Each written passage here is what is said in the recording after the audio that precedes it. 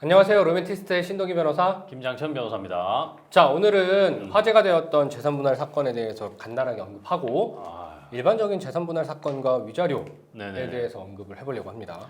1조 3,800억 원? 그렇죠. 최근에 진짜 큰 이야. 재산분할 액수가 화제가 되었습니다. 야, 최태원 사장하고 이제 노소영 단장의 이혼이었죠. 네. 이게 지금 1심하고 2심하고 네. 결과가 달라졌어요. 그렇죠? 1심에서는 네. 어떻게 됐냐면 최태원 씨 측이 이혼 청구를 했는데 이때는 유책 배우자로 이혼 청구가 기각됐어요. 우리는 유책 배우자는 이혼 청구를 할 수 없잖아요. 네. 그래서 이혼 청구는 기각됐고 이제 노소영 씨 측이 이제 반소 청구를 했는데 이때는 그 재산 분할로 665억 원, 그 다음에 위자료는 1억 원.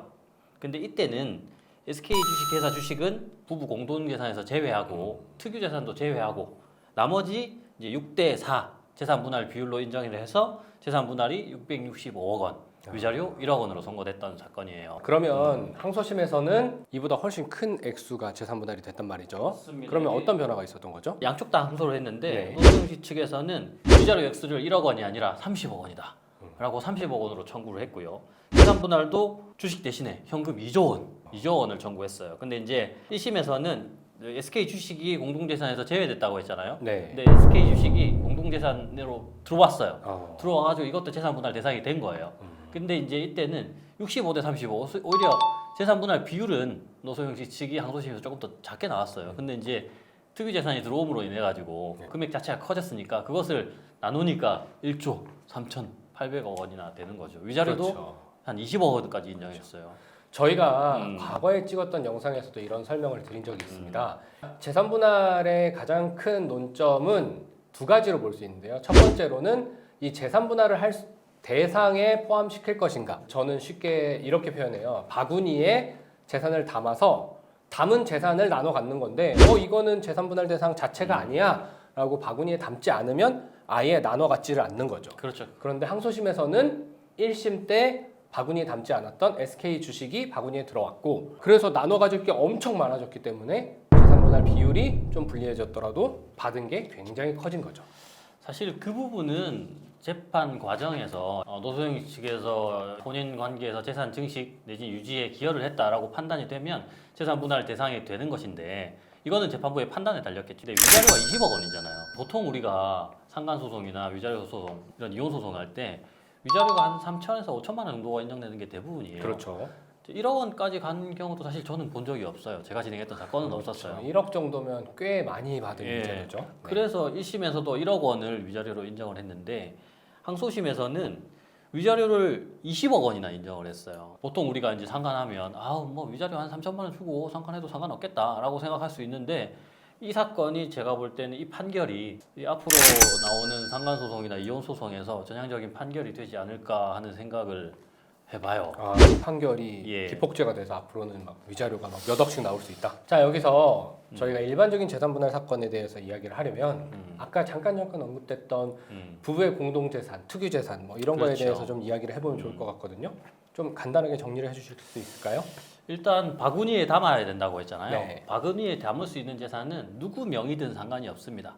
부부 공동생활하는 과정에서 이 재산을 형성했다면 그게 우리의 명의든 제3자한테 명의 신탁해놨던 명의든 바구니 안으로 들어올 수 있다는 겁니다. 네. 일을 안 하고 부부 가사노동을 해도 가사노동도 당연히 인정이 됩니다. 협력으로 인정되죠. 그렇죠. 물론 그 혼인 기간이나 뭐 유지 증식에 따른 기여도에 따라서 비율은 달라질 수 있겠죠. 그리고 또 이런 거 많이 물어보세요. 제가 이 집이나 이 전세금은 결혼하기 전에 부모님으로부터 받은 거다. 아니면 내가 기존에 내가 돈 벌어놨던 걸로 했던 거다. 이것은 특유재산에 해당하죠.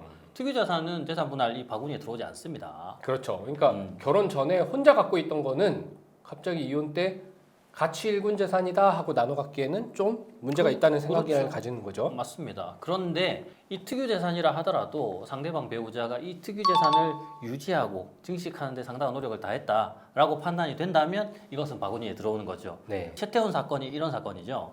이 재산의 유지 증식에 노력했다, 기여가 있었다라고 판단을 했기 때문에 항소심에서는 재산분할 대상 이 바구니 안으로 들어왔던 거예요. 자, 그러면 이제 마무리하기 전에 이 지금 재산 뭐 부동산, 예금, 주식, 채권 좋은 얘기만 했어요. 근데 너무너무 빚이 많아. 너무 쪼들리는 상태에서 이혼을 해. 그러면 이 채무도 나눠 갖는 것인지 궁금해하는 사람들이 있어요. 채무도 일단 부부 공동 생활을 위한 채무였다면 네. 나눠 갖는 것이 맞습니다. 그러면 일방적인 명의로 대출을 했더라도 그것을 우리 생활비로 썼다라고 하면 나눠 나눠 갖는 가져야죠. 거군요. 근데 일방이 뭐 불법적으로 어떤 행위를 해서 채무를 졌다라고 하면 이것은 이 재산 분할의 대상에 포함되지 않겠죠. 네. 자, 오늘은 태기의 판결이라고 할 수 있는 지금 주목받고 있는 재산분할 사건에 대해서 언급한 뒤에 저희가 일반적인 재산분할과 위자료 사건에 대해서 이야기를 해봤어요. 이 사건이 있어서 그런 건지는 모르겠는데 요즘 들어서 이혼 문의가 생각보다 많이 와요. 이혼을 할 때 결국에는 이혼의 의사는 합치는 경우가 많이 있는데 결국에는 재산 분할의 문제, 내가 얼마를 받을 수 있을 것이냐, 내 기여분이 얼마나 될 것이냐의 문제가 사실은 핵심이거든요. 이혼에서는. 네, 오늘은 여기까지 말씀 나누겠습니다. 감사합니다. 감사합니다.